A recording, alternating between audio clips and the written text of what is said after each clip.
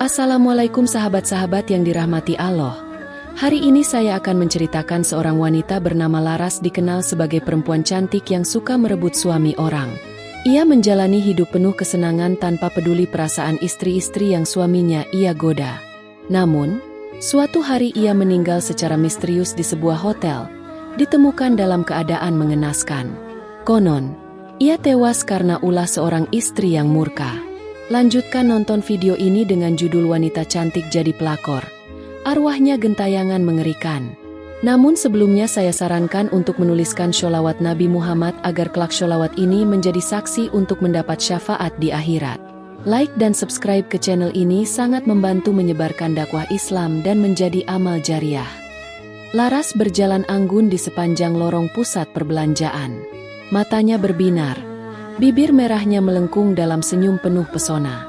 Setiap langkahnya menarik perhatian, bukan hanya dari pria, tetapi juga dari wanita yang diam-diam menatap penuh iri. Ia tahu betul daya tariknya, dan ia menikmatinya. Laras bukan hanya cantik, tetapi juga memiliki sesuatu yang sulit dijelaskan. Caranya berbicara, lirikan matanya, hingga sentuhan lembut di lengan seseorang. Semuanya mampu membuat pria manapun jatuh dalam pesonanya. Ia tidak pernah kekurangan perhatian. Namun, ada satu hal yang membuatnya berbeda dari wanita lain. Ia tidak tertarik pada pria lajang. Baginya, pria yang sudah beristri lebih menarik.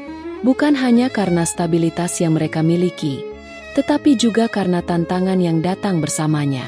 Merebut sesuatu yang sudah dimiliki orang lain adalah kesenangan tersendiri bagi Laras.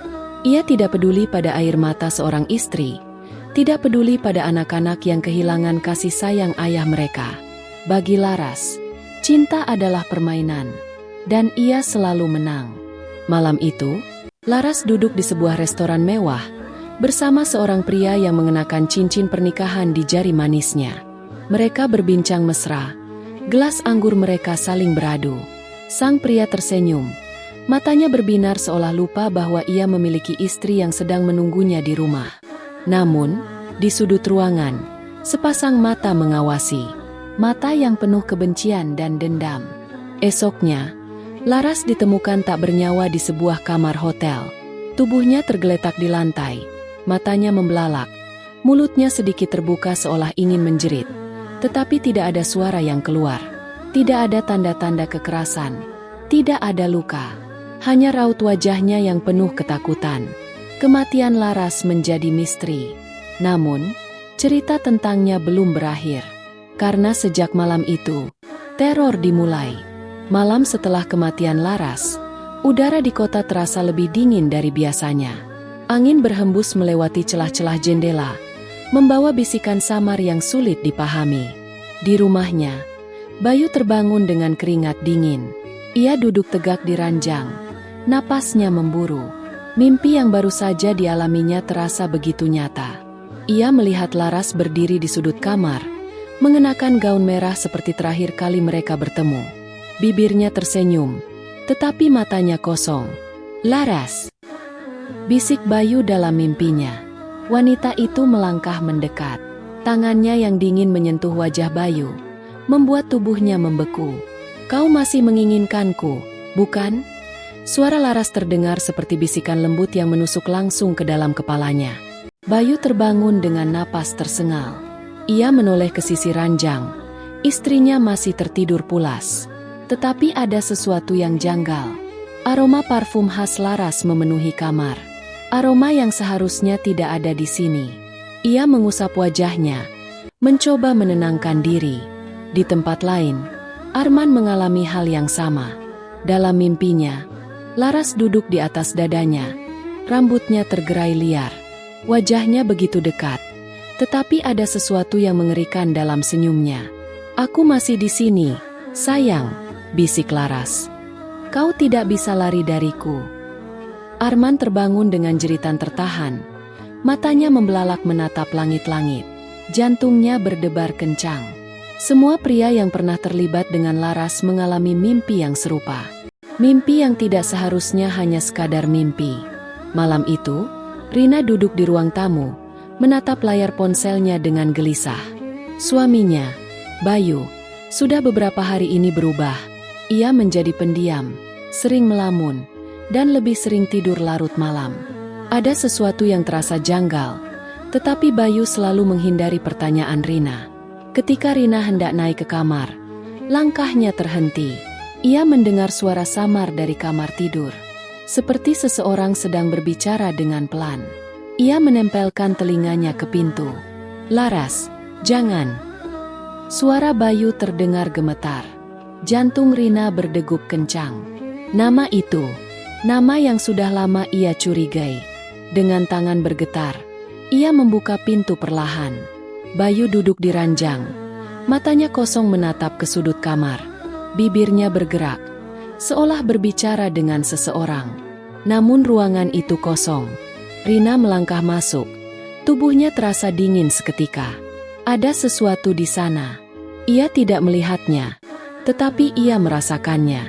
"Bayu, kamu bicara dengan siapa?" Suaranya nyaris berbisik. Suaminya tersentak, menoleh dengan wajah ketakutan. "Rina, sejak kapan kamu di sini?" Rina mengamati sekeliling kamar. Tidak ada siapapun. Tetapi jendela kamar yang tadinya tertutup kini sedikit terbuka. Angin dingin berhembus masuk. Di cermin, sesaat sebelum Rina mengalihkan pandangannya, ia melihat sesuatu. Bayangan seorang wanita berdiri di belakang Bayu. Tersenyum. Bayu merasa hidupnya perlahan hancur. Setiap malam, ia tidak bisa tidur nyenyak. Setiap kali ia memejamkan mata, Laras selalu ada. Kadang hanya berdiri di sudut kamar, kadang berbisik di telinganya, kadang merayap di atas tubuhnya dengan tangan dingin yang menusuk tulangnya. Ia mencoba mengabaikannya. Ia berusaha sholat, membaca doa, tetapi setiap kali ia melantunkan ayat suci, suara Laras semakin jelas. "Kau pikir itu bisa menyelamatkanmu, Bayu?" Malam itu, ia terjaga lebih lama dari biasanya. Rina sudah tertidur di sampingnya. Bayu memandangi langit-langit kamar, berharap malam cepat berlalu. Tetapi kemudian ia merasakan sesuatu. Ranjang sedikit bergetar, seperti ada seseorang yang naik ke atasnya. Bayu menoleh dengan napas tercekat. Di sana, di samping tubuhnya yang terbaring, Laras berbaring miring menghadapnya. Rambut panjangnya berantakan. Matanya kosong tetapi bibirnya menyeringai. "Kau tak bisa menghindar dariku, Bayu." Suaranya lirih, dingin, menusuk hingga ke tulang. Bayu ingin berteriak, tetapi suaranya tercekat di tenggorokan. Tiba-tiba Laras bergerak, merayap di atas tubuhnya. Tangan dinginnya mencengkeram pipi Bayu. Kukunya yang panjang dan hitam menyentuh kulitnya dengan perlahan. "Lepaskan aku," Bayu berbisik ketakutan. Laras mendekatkan wajahnya. "Aku sudah mati, tapi aku tidak akan pergi. Aku masih ingin lebih." Tiba-tiba, Rina bergerak dalam tidurnya, dan Laras menghilang begitu saja. Bayu terduduk dengan tubuh gemetar. Napasnya tersengal-sengal. Namun saat ia menoleh ke cermin di samping ranjang, ia melihatnya. Laras masih ada di sana. Tersenyum. Menunggu. Rina semakin sering merasakan hal aneh di rumahnya. Bukan hanya Bayu yang berubah, tetapi suasana di dalam rumah pun terasa berbeda. Lampu sering berkelap-kelip. Suara langkah kaki terdengar di malam hari, dan udara di kamar tidur selalu lebih dingin dari ruangan lain. Suatu malam, ia terbangun karena mendengar suara tawa lirih. Suara seorang wanita. Rina menoleh ke samping. Bayu tertidur pulas, tetapi wajahnya tampak gelisah. Keringat membasahi dahinya. Bibirnya bergerak seolah sedang berbicara dalam tidur. Kemudian Rina melihat sesuatu. Di kaki ranjang, samar-samar terlihat sosok wanita dengan rambut panjang tergerai menutupi sebagian wajahnya. Gaun merahnya berkibar pelan, meski tidak ada angin di dalam kamar. Sosok itu berdiri diam, lalu perlahan mengangkat wajahnya. Matanya yang kosong bertemu dengan tatapan Rina, dan ia tersenyum. Rina menjerit, sontak membangunkan Bayu. Namun saat Bayu terjaga, sosok itu sudah menghilang. Di tempat lain, teror yang sama menghantui istri-istri lain. Maya, istri Arman, Mendapati cermin di kamarnya selalu berkabut setiap pagi, seolah seseorang telah menghembuskan napas di sana. Suatu malam, ia terbangun dan mendengar suara bisikan di telinganya. "Suamimu milikku." Di rumah Dita, ia menemukan bekas jejak tangan di jendela kamarnya, tinggi seperti seseorang yang berdiri di luar dan mengawasinya. Namun yang membuatnya semakin ketakutan, di tengah malam, suaminya berbisik nama seseorang dalam tidurnya. Laras. Teror ini semakin menjadi-jadi. Arwah Laras tidak hanya menghantui pria-pria yang pernah bersamanya. Ia juga datang untuk istri-istri mereka. Dan ia tidak akan berhenti. Rina merasa semakin tertekan. Sejak kejadian malam itu, ia tidak bisa tidur nyenyak. Setiap malam, ia merasa ada mata yang mengawasinya. Ada kehadiran yang tidak terlihat tetapi begitu nyata. Ia mulai mencari tahu tentang Laras. Ia menghubungi beberapa teman lama suaminya. Dan cerita yang ia dengar semakin membuatnya merinding. Laras bukan hanya sekadar pelakor. Ia terobsesi. Ia tidak pernah rela kehilangan pria yang diinginkannya. Bahkan setelah menikahi Bayu, Rina sering merasa bahwa ada sesuatu yang tidak beres. Kini ia mengerti. Laras tidak hanya ingin menghantui mereka. Ia ingin kembali. Malam itu, Rina terbangun lagi. Tetapi kali ini, bukan karena mimpi atau suara-suara aneh. Ia terbangun karena tubuhnya tidak bisa bergerak. Matanya terbuka, tetapi tubuhnya terasa kaku. Bayu tidur di sampingnya, tetapi ia tidak bisa membangunkannya. Lalu ia mendengar suara napas. Pelan, dekat sekali di telinganya. Dengan seluruh keberanian yang tersisa, Rina melirik ke samping. Dan di sana, Laras berbaring di sebelahnya. Mata kosongnya menatap Rina, bibirnya menyeringai. "Aku butuh tubuh baru," bisiknya dengan suara serak. "Dan kau, sempurna." Tiba-tiba tubuh Rina terasa dingin, seolah ada sesuatu yang merasuk ke dalam dirinya. Dadanya sesak, tenggorokannya seperti tercekik. Ia ingin berteriak, tetapi tidak ada suara yang keluar. Di saat yang sama, di rumah Arman dan Dita, kejadian serupa terjadi. Laras tidak hanya sekadar gentayangan. Ia sedang mencari tubuh baru untuk ia tinggali. Dan targetnya adalah para istri pria yang pernah bersamanya. Rina tidak bisa bergerak. Ia merasakan sesuatu yang dingin dan berat menekan dadanya. Seolah ada kekuatan tak kasat mata yang mencoba merasuk ke dalam tubuhnya. Napasnya tersengal. Matanya menatap ke arah Laras yang kini tersenyum semakin lebar. "Kau akan tidur selamanya, dan aku akan hidup kembali." Suara Laras berbisik dingin di telinganya. Tiba-tiba, tubuh Rina terasa sangat lemas. Pandangannya mulai buram. Ia merasa seperti sedang ditarik dari tubuhnya sendiri. Di rumah Arman, Maya juga mengalami hal yang sama. Tubuhnya kaku. Sementara bayangan hitam menyerupai Laras melayang di atasnya. Dita berusaha bangun dari ranjangnya, tetapi sesuatu menarik kakinya, menyeretnya ke lantai dengan kasar. Satu persatu, istri-istri itu berjuang melawan kehadiran Laras yang semakin kuat. Tetapi Rina tahu, ini bukan sekadar gangguan. Laras sedang mencoba mengambil alih tubuhnya. Dengan sisa tenaga yang ada, ia berusaha menggerakkan bibirnya. Seketika ia teringat sesuatu. Ayat suci. Pelan, dengan suara gemetar, Rina mulai melafalkannya dalam hati. Kata-kata itu terasa berat keluar dari tenggorokannya, seolah ada tangan tak terlihat yang mencekiknya. Namun semakin ia memaksakan diri membaca ayat-ayat itu, semakin Laras tampak kesakitan. "Akhirnya kau melawan," bisik Laras dengan tatapan marah. Bayu tiba-tiba terbangun dan melihat istrinya kejang-kejang di tempat tidur. Ia panik, mengguncang tubuh Rina, tetapi saat itulah ia melihat sesuatu. Sosok Laras, wajahnya memudar, tubuhnya semakin transparan.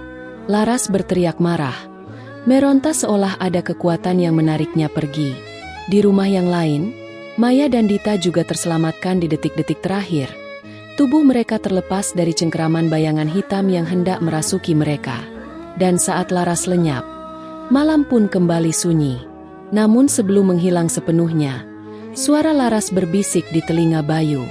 "Aku akan kembali." Bayu hanya bisa menatap kosong ke sudut kamar. Karena di cermin, samar-samar, bayangan Laras masih berdiri di sana. Tersenyum, menunggu. Malam itu berlalu, tetapi bayangan Laras tidak benar-benar pergi. Rina masih sering terbangun dengan perasaan gelisah, seolah ada sesuatu yang mengawasinya dalam gelap. Maya dan Dita pun merasakan hal yang sama. Meskipun mereka berhasil selamat, mimpi buruk tentang Laras terus menghantui. Bayu menjadi lebih pendiam. Ia tahu, meskipun Laras sudah tak lagi hidup, bayangannya masih tertinggal. Entah sampai kapan. Di sebuah sudut kota, seorang wanita berjalan perlahan di depan cermin toko yang tertutup debu. Ia mengenakan gaun putih panjang. Rambutnya tergerai menutupi sebagian wajahnya. Ia berhenti, lalu tersenyum. Di cermin, tidak ada pantulan dirinya. Hanya kegelapan yang berbisik. Aku akan kembali. Waktu berlalu, tetapi ketakutan itu tidak benar-benar hilang. Rina, Maya, dan Dita mencoba melanjutkan hidup mereka seperti biasa. Namun di sudut hati mereka, ada ketakutan yang terus mengintai. Bayu mulai sering bermimpi buruk. Dalam tidurnya, ia melihat Laras berdiri di depan rumah, menatapnya tanpa berkedip. Senyumnya masih sama, senyum yang dulu ia kenal, tetapi kini terasa begitu menyeramkan. Di rumah yang dulu ditempati Laras, jendela kamar sering terbuka sendiri di tengah malam. Beberapa warga sekitar mengaku mendengar suara tangisan lirih, seolah ada seseorang yang merintih dalam kesakitan. Seseorang mencoba menutup babak kelam itu, tetapi cerita tentang Laras tetap berbisik di antara mereka. Dan di suatu malam yang sunyi, saat Bayu menatap cermin di kamar tidurnya, ia melihat sesuatu yang membuat darahnya membeku. Di belakangnya, samar-samar, ada bayangan Laras. Senyum itu masih ada. Matanya menatap tajam, seolah menunggu. Meskipun semua telah berakhir, rasa takut itu tidak benar-benar pergi. Rina, Maya, dan Dita mencoba melanjutkan hidup mereka, meyakinkan diri bahwa arwah Laras telah lenyap selamanya. Tapi jauh di dalam hati, mereka tahu, sesuatu masih mengintai.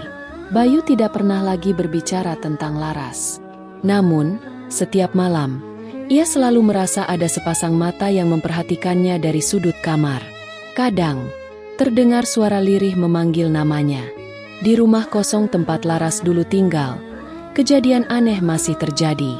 Jendela terbuka sendiri, suara langkah kaki terdengar di lorong, dan cermin di kamar Laras selalu berembun meski cuaca panas. Suatu malam, seorang penghuni baru pindah ke rumah itu. Wanita muda, cantik, dan penuh semangat. Ia tidak tahu apa yang pernah terjadi di sana. Tapi saat ia bercermin untuk pertama kalinya, matanya membelalak ketakutan. Di dalam pantulan cermin, ada sosok lain yang tersenyum padanya. Sosok seorang wanita, dengan gaun putih panjang dan tatapan penuh dendam. Hikmah dari cerita ini. Cerita ini mengingatkan kita bahwa setiap perbuatan memiliki konsekuensi, baik di dunia maupun di akhirat. Ketika seseorang berbuat zalim, menyakiti orang lain, atau menjalani hidup dengan cara yang salah, maka akibatnya bisa datang dengan cara yang tidak terduga. Sebagaimana firman Allah dalam Al-Quran, barang siapa yang mengerjakan kejahatan, niscaya dia akan dibalas sesuai dengan kejahatan itu, dan dia tidak akan mendapatkan pelindung dan tidak pula penolong selain dari Allah. Quran Surat An-Nisa 123. Kisah ini hanyalah fiktif yang dibuat seperti nyata agar kita dapat mengambil hikmah dan pelajaran darinya. Semoga cerita ini bisa menjadi pengingat bagi kita semua. Terima kasih sudah menonton cerita ini. Jika kalian menyukainya, jangan lupa untuk like, komentar, dan subscribe agar kami bisa terus menghadirkan kisah-kisah menarik lainnya. Sampai jumpa di cerita berikutnya.